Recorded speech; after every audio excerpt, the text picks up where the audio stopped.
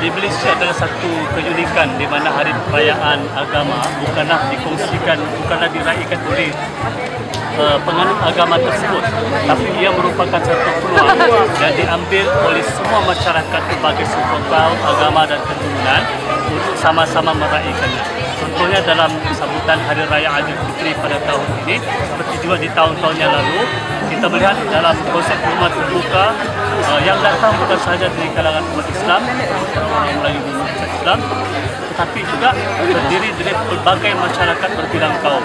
Dan ini menunjukkan bahawa konsep satu Malaysia dan konsep perpaduan di dalam negara kita Malaysia masih lagi tetap utuh. Dan inilah sebenarnya perlu kita terus pertahankan kerana ia merupakan satu paksi kepada kemakmuran negara kita Malaysia. Kita tidak nafikan dalam media baru, internet, blog, laman sosial, terdapat cubaan-cubaan untuk mengganggu-gugat kestabilan negara kita melalui suntikan semangat perkauman, cubaan-cubaan untuk memecah belahkan perpaduan dan persatuan yang kita nikmati sehingga hari ini.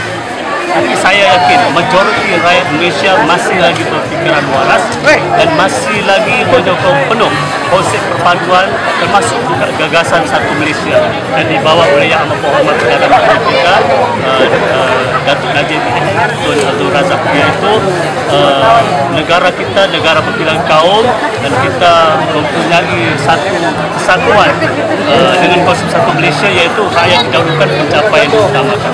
Jadi kita rasakan bahawa rakyat Malaysia ini masih lagi inginkan kedamaian, inginkan keamanan, dan mereka tidak mudah terpengaruh dengan cubaan-cubaan untuk memecah belahkan mereka dengan retorik perkauman dan juga cubaan-cubaan melalui suntikan-suntikan yang berbahaya seperti yang kita pernah dengar dalam media baru dan sebagainya.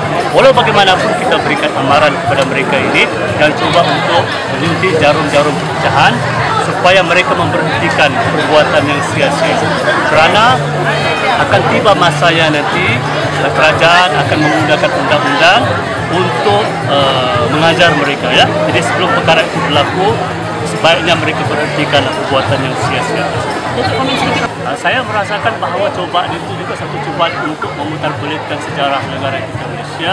Dan seperti kita semua lihat bahawa siapa yang sebenarnya yang berusaha memperjuangkan kemerdekaan tercatat dalam sejarah, bukan sahaja dalam sejarah tanah air, bahkan dalam sejarah dunia kita, yang memerdekakan negara kita tanpa mencetuskan pertumpahan darah adalah pemimpin-pemimpin kita seperti Tunku Abdul Rahman dan juga pemimpin-pemimpin yang lain. Hanya saja kerana mereka ini datangnya daripada parti UMNO, parti yang tidak disenangi oleh orang seperti macammu, maka mereka cuba memutarbalikkan fakta sejarah ini untuk menafikan pencapaian dan pengorbanan yang telah dibuat oleh pemimpin sebelum mereka.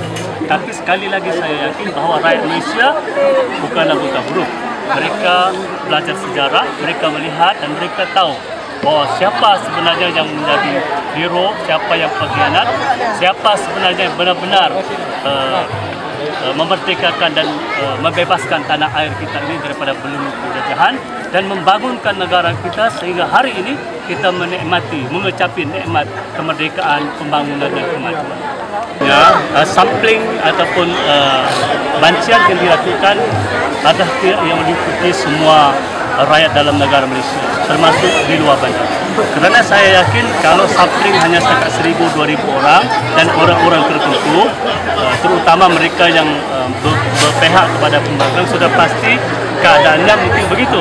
Tapi kalau kita ambil secara keseluruhannya, across the board, termasuk di Malaysia Timur, di kawasan-kawasan luar bandar, saya yakin sebenarnya prestasi Datuk Najib dilihat semakin meningkat, semakin melonjak tinggi, dan sokongan rakyat juga sangat meningkat.